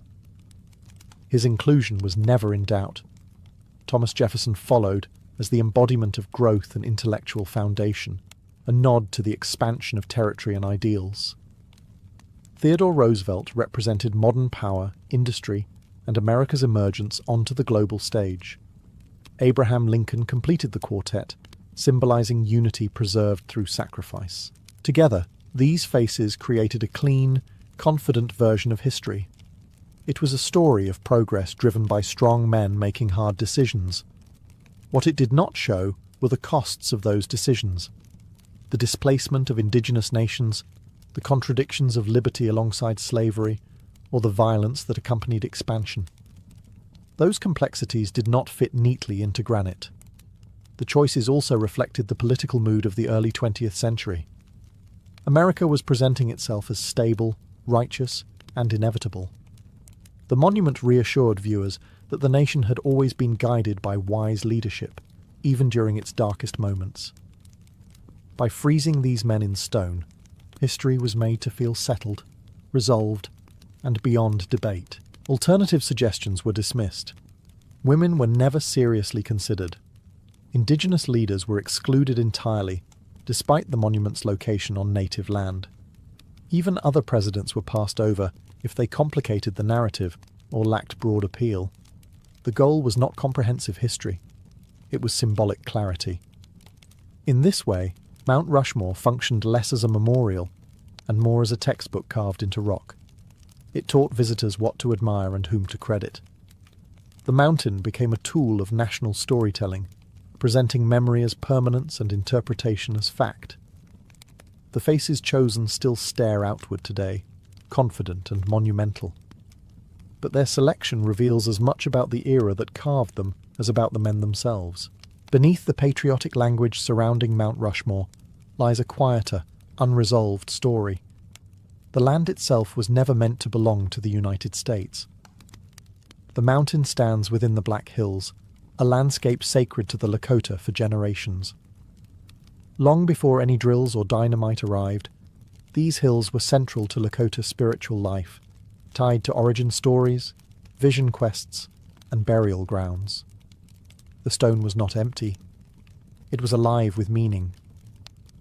In 1868, the United States formally recognized this significance through the Fort Laramie Treaty, which guaranteed the Black Hills to the Lakota in perpetuity. That promise lasted until gold was discovered. Almost overnight, the treaty became inconvenient. Prospectors flooded the region, violence escalated, and federal authorities chose expansion over obligation. The land was seized, and the treaty quietly ignored. By the time Mount Rushmore was conceived, this history was well known and largely disregarded. The project did not merely occupy contested land, it transformed it. Carving presidential faces into the mountain was not just construction, it was symbolic conquest. The sacred landscape was overwritten with a national narrative that left no room for the people who had been promised ownership of it. Lakota opposition was present from the beginning, but it was marginalized. Their objections were framed as obstacles to progress rather than legitimate claims. The monument was described as a unifying symbol, even as it stood on the physical evidence of disunity. The message was clear. American history would be told loudly, permanently, and in stone, whether everyone agreed or not. Decades later, the United States Supreme Court ruled that the Black Hills had indeed been taken illegally and awarded financial compensation. The Lakota refused the money. Accepting it would mean legitimizing the theft. The land, not payment, was the issue. That refusal still stands, and the funds remain largely untouched. This unresolved conflict gives Mount Rushmore its sharpest edge. For some, it represents national pride and endurance. For others, it is a reminder of broken promises carved into sacred ground. The monument does not simply commemorate presidents. It exposes how power decides which histories are monumentalized and which are buried beneath the narrative of progress. The mountain speaks, but it does not speak with one voice. As Mount Rushmore took shape, the nation around it was falling apart. The stock market crash of 1929 plunged the United States into economic crisis, and what had begun as a bold artistic venture suddenly existed in a country defined by unemployment, hunger, and uncertainty. In that context, the mountain became more than a monument. It became a gamble. Funding was constantly at risk. Public money was scarce. Political patience thinner still. Critics questioned the morality of carving presidents into granite, while families struggled to survive. Supporters argued the opposite, that Mount Rushmore provided jobs, hope, and a visible reminder that the nation was still capable of greatness. Both sides were right. For workers, the project became a lifeline. During the worst years of the Depression, steady employment of any kind was rare. Mount Rushmore offered regular wages, even if modest, and a sense of purpose at a time when dignity was hard to find. The mountain did not solve poverty, but it delayed despair for hundreds of families in the region. Politically, the monument fit neatly into the broader push for national morale. Leaders understood the psychological power of large projects. Public works signaled resilience. They told citizens that the country was still moving forward, still building, still believing in itself. Mount Rushmore's imagery reinforced that message. Strong faces, calm expressions. Leaders who had supposedly guided the nation through earlier crises now looked down over another. This symbolism was not accidental. Supporters framed the project as patriotic duty. To abandon it would suggest weakness. To finish it would prove endurance. Each carved feature became an argument that the United States, like granite, could withstand pressure. Still, compromises were made. Borglum's grander visions were scaled back. Decorative inscriptions and additional carvings were abandoned to save money. The mountain that emerged was impressive, but incomplete compared to its creator's ambitions. Survival mattered more than perfection. By the time work resumed consistently, the monument had taken on a new role. It was no longer just about honoring presidents. It was about survival through crisis. The mountain stood as a reminder that even in collapse, the nation chose to invest in symbols rather than surrender to fear. Mount Rushmore endured the Depression, not by ignoring it, but by absorbing its meaning. The carved faces became silent reassurance that hardship, however severe, could be survived, if only long enough to finish the story. By the late 1930s, Mount Rushmore was visibly taking its final form. But the project was far from stable. Money remained uncertain, plans were constantly revised, and the mountain itself resisted easy completion. Granite cracked unpredictably. Details imagined on paper did not always translate cleanly into stone. The monument was beginning to reveal the limits of human control over nature. No matter how ambitious the design, at the centre of it all was Gutzon Borglum, still pushing relentlessly forward. Age and exhaustion were catching up with him, but he refused to slow down. Borglum continued to envision expansions, refinements, and symbolic additions that went well beyond the four faces. He wanted inscriptions, a hidden chamber, and historical texts carved into the mountain to explain the meaning of the monument to future civilizations. In his mind, Rushmore was not meant to be admired silently. It was meant to speak. Then, in 1941, Borglum died suddenly following surgery. The project lost its driving force overnight. Without his authority and personality, momentum collapsed. His son, Lincoln Borglum, took over supervision, but the era of grand ambition was over. The country was preparing for war. Resources were needed elsewhere. Patience for monumental art had run out. Work on Mount Rushmore officially ended later that same year, not because the monument was finished, but because it was finished enough. The faces were complete. The symbolism was legible. Further carving was deemed unnecessary and perhaps politically inconvenient. What remained undone was quietly forgotten. This abrupt ending shaped how the monument would be remembered. The public saw a completed vision, not a compromised one. Borglum's unrealized ideas faded into footnotes, while the mountain itself hardened into finality. The absence of additional context, inscriptions, or explanations allowed the monument to function as a blank screen onto which viewers could project meaning. In many ways, Borglum's death mirrors the monument's deeper contradictions. Mount Rushmore presents itself as permanent and resolved, yet its creation was chaotic, incomplete, and dependent on one man's will. The monument looks timeless, but its story is fragile, shaped by circumstance as much as design. The mountain stands finished, but not whole. What remains is not exactly what was planned, but what history allowed. And that gap between intention and outcome is carved just as deeply as the faces themselves. Once the carving stopped, Mount Rushmore entered its second life. No longer a construction site filled with dust, ropes, and dynamite, it transformed into a symbol, carefully packaged, promoted, and absorbed into American identity.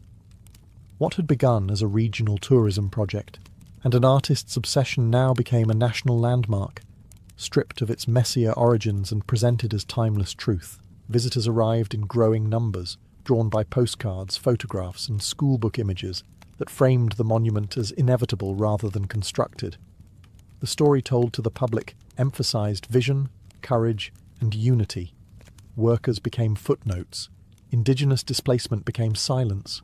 The mountain was presented as if it had always been destined to bear those faces, as though history itself had chosen the stone. Government agencies refined the narrative. Mount Rushmore was no longer controversial. It was inspirational. It appeared in films, textbooks, and patriotic ceremonies. The monument became shorthand for American greatness, a visual cue that required no explanation. Four calm, confident faces staring westward did the work on their own. This transformation depended on simplification. Complexity weakens symbols. The more layers a story has, the harder it is to repeat cleanly. So the story was flattened.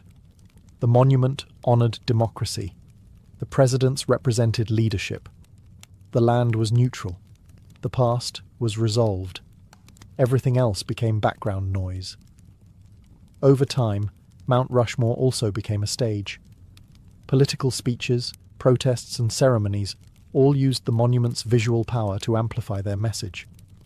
Standing beneath those faces lent authority, whether the cause was unity, defiance, or criticism. The mountain did not speak, but it validated whoever stood before it. Ironically, the monument's permanence made it adaptable. Different generations projected different meanings onto it. For some, it symbolized freedom and endurance. For others, exclusion and erasure. The stone never changed, but interpretation did. By the mid-20th century, Mount Rushmore had succeeded beyond its creator's expectations. It was no longer just art or architecture, it was identity. And like all powerful symbols, it worked best when its origins were forgotten and its presence felt unquestioned. The mountain had stopped being carved, but it had begun shaping something else entirely, how a nation saw itself when it looked into stone. Mount Rushmore now exists in a strange space between reverence and reassessment. It is photographed endlessly, visited by millions, and invoked as a symbol of American endurance. At the same time, it has become impossible to separate the monument from the questions it raises about history, power, and whose stories are allowed to become permanent. To some visitors, the mountain still represents leadership and stability. The carved faces suggest continuity in a world that feels increasingly uncertain.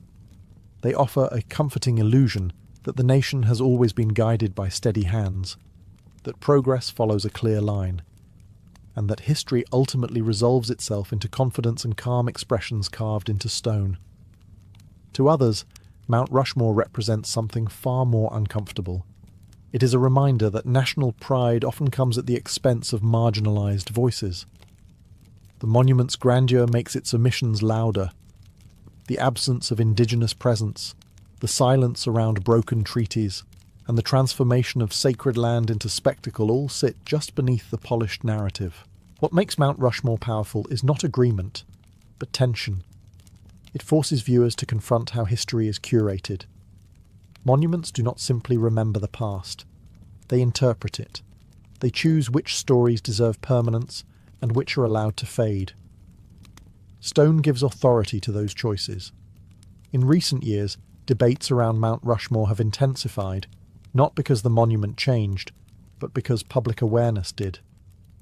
As conversations about historical memory evolve, the mountain has become a focal point for broader questions. Can a monument honour one truth without denying another? Can pride and accountability coexist in the same symbol? Mount Rushmore does not offer answers. It offers scale. Its size demands attention, and attention invites interpretation. The monument's meaning is no longer fixed by its creators. It belongs to the present as much as the past. In the end, Mount Rushmore may be less about the four men carved into it than about the society that continues to look at it. Each generation brings its own values, discomforts, and expectations to the mountain. The stone remains unchanged, but its significance shifts with the people standing below it. That is its true legacy. Not certainty, but confrontation. Not closure, but conversation. A monument meant to freeze history in granite now serves as a reminder that history is never truly settled, no matter how deeply it is carved.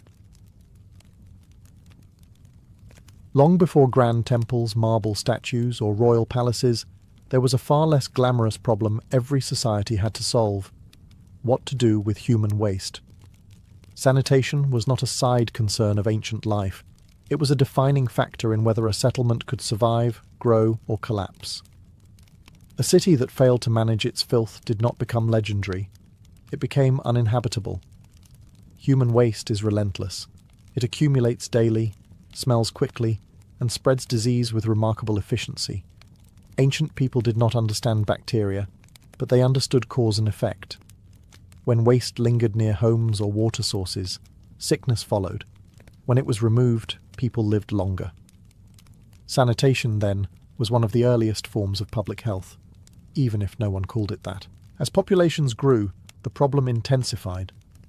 Small villages could rely on pits, fields, or distance. Dense cities could not. Crowded living meant shared air, shared water, and shared consequences. Managing waste became a collective responsibility, whether organised by rulers, priests, or local communities. Civilization, quite literally, depended on cooperation in dealing with the least dignified aspect of daily life. Sanitation also reflected social order. Who cleaned the waste, where it went, and how it was handled, revealed hierarchy and values. In many societies, managing filth was pushed onto the lowest classes, enslaved people, or marginalized groups. Cleanliness for some was built on labor and exposure for others. Sanitation systems were never neutral, they mirrored power. Beyond health, waste management shaped urban design. Streets, houses, wells and drains had to work together. A poorly placed latrine could contaminate an entire neighborhood. A blocked channel could turn a city into a breeding ground for disease. The success of ancient infrastructure was measured not just in monuments, but in how quietly waste disappeared from daily life. Importantly, sanitation influenced culture and behavior.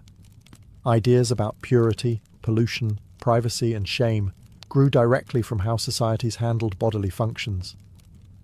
Some cultures emphasized communal facilities, treating waste as a shared problem. Others prioritized separation and concealment. These choices shaped attitudes that still exist today. When sanitation failed, consequences were swift. Epidemics, foul water, and population decline followed. Cities were abandoned, not because enemies attacked, but because living there became unbearable. In that sense, sanitation was more powerful than armies. It decided which places endured and which faded into ruins. To understand ancient civilizations, then, we must start not with their gods or rulers, but with their toilets, drains, and waste pits. Because before a society could build anything impressive, it had to answer one unglamorous question correctly. Where does the waste go?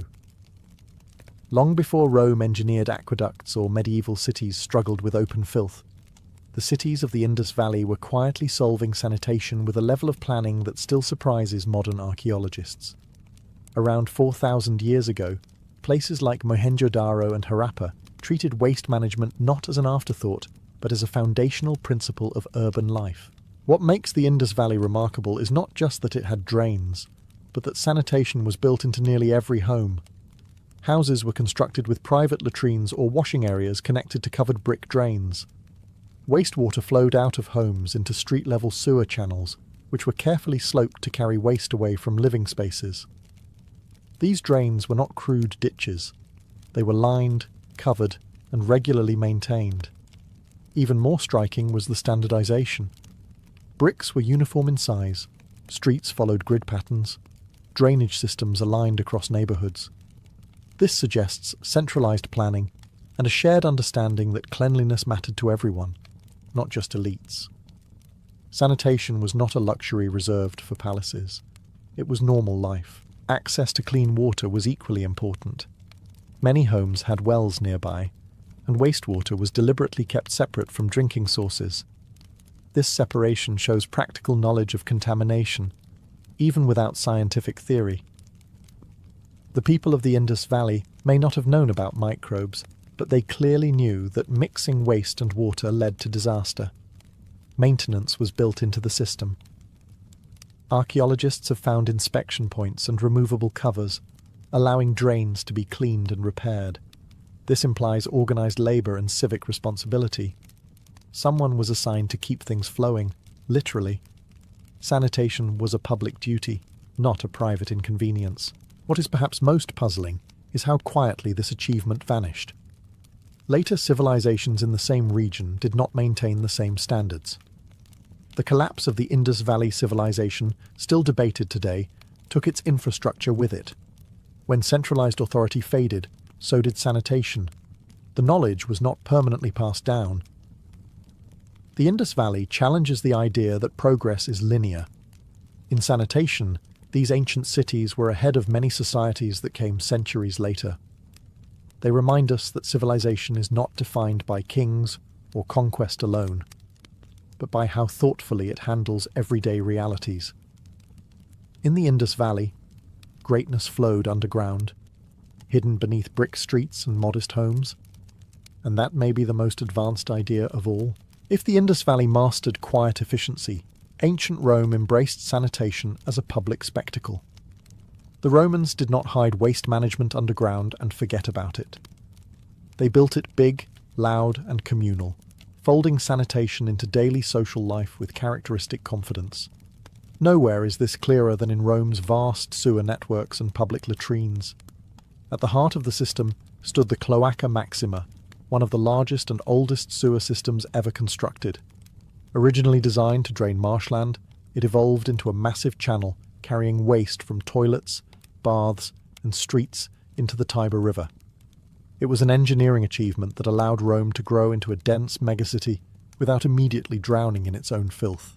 Public toilets were everywhere. Long stone benches lined with circular holes sat above flowing water channels. There were no partitions, no privacy, and no hesitation. Romans used these spaces together, talking, joking, and conducting business while relieving themselves. Sanitation was social. Modesty was optional. Flush systems worked by redirecting excess water from aqueducts, fountains, and bathhouses. Constant flow kept waste moving, at least in theory. In practice, blockages, odours, and backflow were common. Rome smelled, constantly. But compared to many ancient cities, it smelled organised. Hygiene, however, had limits. Instead of toilet paper, Romans used a shared sponge on a stick, rinsed in salt water between uses. From a modern perspective, this is horrifying. From a Roman one, it was efficient and economical. Cleanliness was relative, and expectations were different. Sanitation in Rome also revealed inequality. Public latrines were free or cheap, but the wealthy enjoyed private toilets connected directly to sewers. Poorer residents relied on shared facilities or chamber pots emptied into streets or drains. Slaves and labourers often handled the dirtiest maintenance work, cleaning channels and clearing blockages. Despite its sophistication, Roman sanitation carried risks. Sewers released toxic gases. Rivers downstream became polluted. Flooding could push waste back into homes. Rome solved many problems, but not all of them safely. Roman sanitation created the impression of mastery over nature. Water flowed on command. Waste disappeared beneath stone streets. But this control was fragile, dependent on constant maintenance and imperial resources. When Rome declined, the system collapsed with it. Rome proved that sanitation could support empire. It also proved that even the most impressive systems are only as strong as the society maintaining them. Compared to Rome's loud communal confidence, ancient Greek sanitation was quieter, more restrained, and far less centralized. Greek cities never developed sewer systems on the same imperial scale, nor did they turn toilets into social spaces. Instead, sanitation in the Greek world reflected its fragmented political structure and preference for household autonomy. Most Greek homes relied on simple solutions. Waste was typically handled through chamber pots, pits, or small latrines located within the house or courtyard. These facilities were basic, but practical. Waste was either buried, dumped outside city limits, or collected for agricultural use. It was not elegant, but it worked well enough for cities that were smaller and less densely packed than Rome. Some Greek cities did experiment with drainage. In places like Athens, stone-lined channels carried rainwater and occasional waste away from streets. However, these systems were limited and inconsistent. Sanitation was not seen as a grand civic project, but as a private responsibility. Each household managed its own mess, and the city intervened only when problems became impossible to ignore. Public latrines did exist, but they were rare and modest. Unlike Roman facilities, they emphasized separation rather than sociability. Privacy mattered more. The act of relieving oneself was not something to be shared casually with neighbours or strangers. This cultural difference shaped infrastructure just as much as engineering skill. Greek medical thought also influenced sanitation practices. Influenced by early theories of bodily balance, waste was seen as something that needed to be expelled regularly to maintain health. Clean air, clean water, and proper disposal were understood as contributing to bodily harmony, even if the mechanisms were poorly understood. Filth was associated with imbalance and sickness. Class still mattered. Wealthier homes had better facilities and more space to isolate waste. Poorer residents relied on communal dumping areas or rudimentary pits that could overflow or contaminate nearby water. Slaves were often tasked with cleaning and disposal, reinforcing social hierarchies through sanitation labour. What the Greek approach lacked in spectacle, it made up for in adaptability. Without massive infrastructure to maintain, sanitation systems did not collapse dramatically when political power shifted. They changed slowly, household by household. Ancient Greece shows that sanitation does not require empire-scale ambition to function. It requires awareness, routine, and responsibility. The Greeks handled waste with practicality rather than pride, proving that sometimes civilization survives not through monumental systems, but through quiet, daily maintenance. Sanitation in the Viking world reflected the realities of life, lived on the edge of survival. Norse communities did not build vast sewer systems or monumental toilets. They relied on practical, flexible solutions shaped by climate, mobility, and social structure. Cleanliness mattered, but permanence mattered less. Most Viking settlements used simple pit latrines dug outside longhouses or at the edges of farms. These pits were periodically filled in and replaced, a method that worked well in sparsely populated areas. In towns such as Birka and Jorvik, archaeologists have found evidence of organised waste disposal zones, suggesting communal awareness even without advanced infrastructure. Inside homes, chamber pots were common, especially during harsh winters when stepping outside was dangerous or unpleasant. Waste was later dumped into pits, middens, or designated refuse areas. These middens became layered records of daily life, filled with food scraps, broken tools, animal bones, and human waste all mixed together. For modern archaeologists, they are treasure troves. For Vikings, they were simply practical dumping grounds. Unlike Roman or Greek societies, Vikings did not associate sanitation with civic pride or moral order. It was functional, not symbolic. However, personal cleanliness still carried social weight. Norse texts and burial goods suggest that grooming, bathing, and appearance were important. Weekly washing was common, and travellers often remarked that Norse people were unusually clean for their time. This contrast highlights an important distinction. Sanitation and hygiene are not the same thing. Latrines were also shaped by environment. Cold climates slowed decomposition, reducing odour and disease spread. Frozen ground limited where pits could be dug, encouraging careful placement and seasonal maintenance. Nature did some of the work that engineering handled elsewhere. Social hierarchy appeared here as well. Slaves and lower status individuals were often responsible for waste disposal and latrine maintenance. The dirtiest labour remained invisible in sagas that celebrated warriors and explorers. Sanitation rarely entered heroic storytelling, even though it was essential to daily survival. What Viking sanitation lacked in sophistication, it made up for in resilience. Systems were simple, easy to replace, and adaptable. There were no massive networks to collapse when political power shifted. When settlements moved, sanitation moved with them.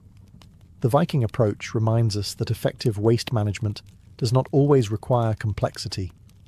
Sometimes survival favours solutions that are humble, flexible, and deeply attuned to the land itself. In ancient China, sanitation was not just about removal, it was about reuse. While many civilizations treated human waste as something to be hidden, dumped, or flushed away, Chinese societies increasingly viewed it as a resource. This practical mindset shaped sanitation systems that were less monumental than Rome's, but far more sustainable over the long term. Urban and rural areas alike relied on latrines connected to pits or containers rather than flowing sewers. Waste was carefully collected and stored, not abandoned. The key concept was night soil, human excrement gathered for agricultural use.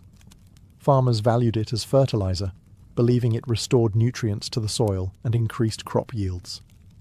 In a civilization where farming supported massive populations, waste became part of an economic cycle rather than a dead end. This system required organization.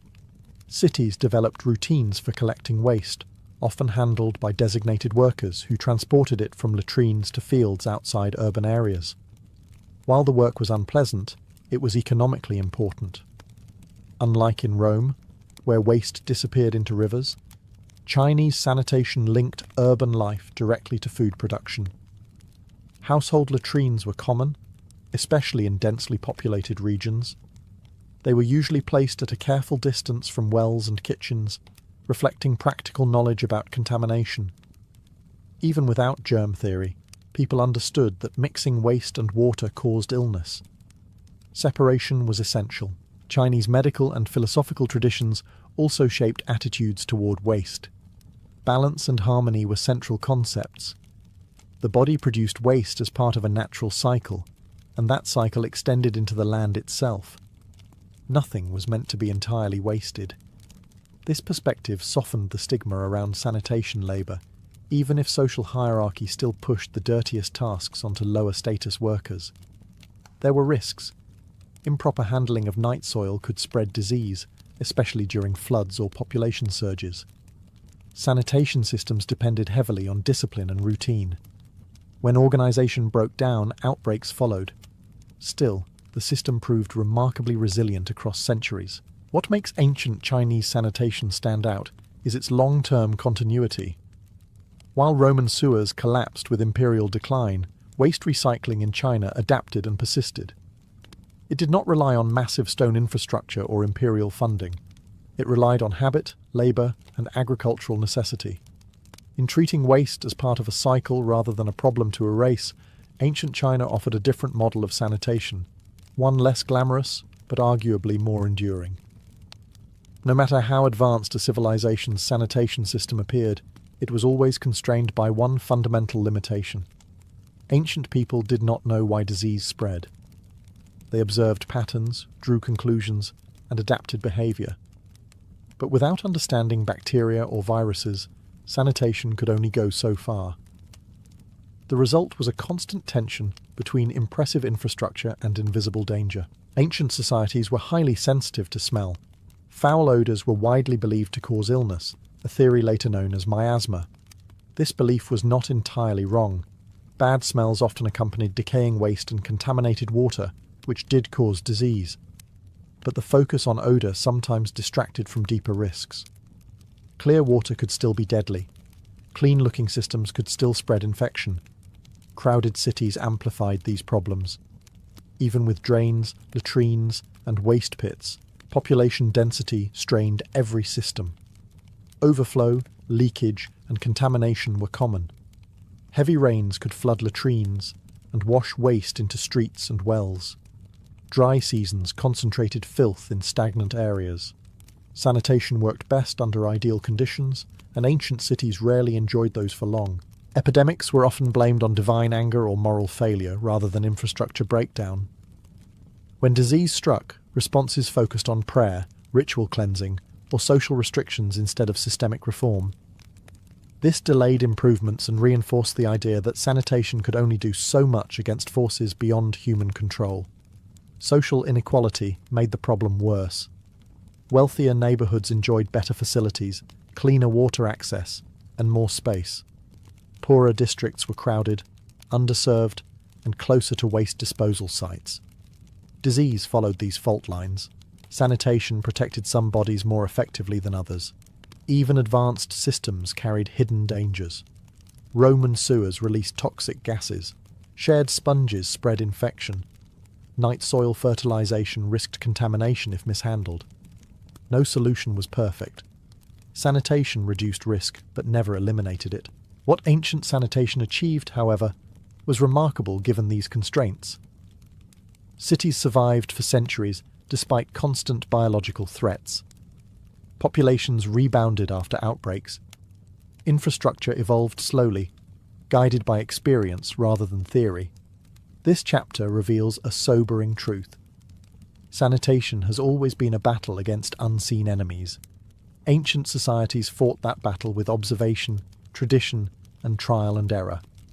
They lost often, but they learned enough to endure. Understanding these limits helps explain why sanitation mattered so deeply. It was not about cleanliness alone. It was about pushing back, however imperfectly, against forces no one could see, but everyone feared. Beyond health and survival, sanitation in antiquity was deeply political. Who controlled waste, who cleaned it, and who benefited from cleanliness revealed the structure of power in every society. Toilets and drains were never just practical tools. They were instruments of order, hierarchy, and authority. In many ancient cities, sanitation projects were tied directly to rulers and elites. Large-scale systems signaled competence and legitimacy. A leader who provided clean streets and functioning latrines demonstrated control over both people and environment. In Rome, emperors funded sewers and public toilets not purely out of concern for hygiene, but to display generosity and dominance. Cleanliness became propaganda. Access mattered. Wealthy households enjoyed private latrines, better water access, and distance from waste zones. Poorer populations relied on shared facilities or improvised solutions, often closer to filth and contamination. Sanitation protected status as much as bodies. To live far from waste was a privilege, not a universal right. Labour was the hidden foundation of these systems. Someone always had to clean, empty, repair, and transport waste. That labour was almost always assigned to the lowest social groups, enslaved people, prisoners, or the desperately poor. Their exposure allowed others to remain clean. Sanitation was built on inequality, even when it improved public health overall. Cultural attitudes reinforced this divide. Handling waste was associated with shame, impurity, or moral lowliness. Those who did the work were often stigmatized, even as their labor was essential. This contradiction persisted across civilizations. Sanitation workers were necessary, yet socially invisible. Control over sanitation also meant control over space. Laws regulated where latrines could be built, where waste could be dumped, and who could access certain facilities. These rules shaped urban movement and behavior. They defined which areas were desirable and which were expendable. Filth was pushed outward, away from centers of power. Even religious ideas intersected with sanitation. Concepts of purity and pollution justified exclusion and hierarchy. Clean spaces were sacred or elite. Dirty spaces were profane or marginal. Waste became moralized, turning infrastructure into ideology. Understanding ancient sanitation this way reveals why it mattered so much. It was not simply about preventing disease. It was about organizing society itself. Who lived clean, who lived dirty, and who cleaned for others were decisions that shaped civilizations as surely as laws or armies. Sanitation did not just manage waste, it managed people. When we look back at toilets and sanitation in antiquity, it becomes clear that these systems tell us more about ancient societies than their monuments ever could. Palaces reveal who ruled. Temples reveal what people worshipped. But sanitation reveals how people actually lived, day after day, in close contact with one another and with the realities of the human body. Every civilization faced the same unglamorous challenge. Waste was unavoidable, constant, and dangerous if ignored. How a society responded to that challenge reveals its priorities. Some invested in monumental infrastructure, turning sanitation into a public display of power. Others favoured quiet, household-level solutions that emphasised practicality over pride. Some treated waste as pollution to be hidden. Others treated it as a resource to be reused. None of these choices were accidental. Sanitation exposes the relationship between knowledge and survival. Without understanding germs, ancient societies relied on observation, habit, and tradition. When something worked, it was repeated. When it failed, people suffered until a better method emerged. Progress was slow, uneven, and easily lost. Entire sanitation systems disappeared when political order collapsed or labour systems broke down. It also reveals inequality with brutal clarity. Cleanliness was never evenly distributed.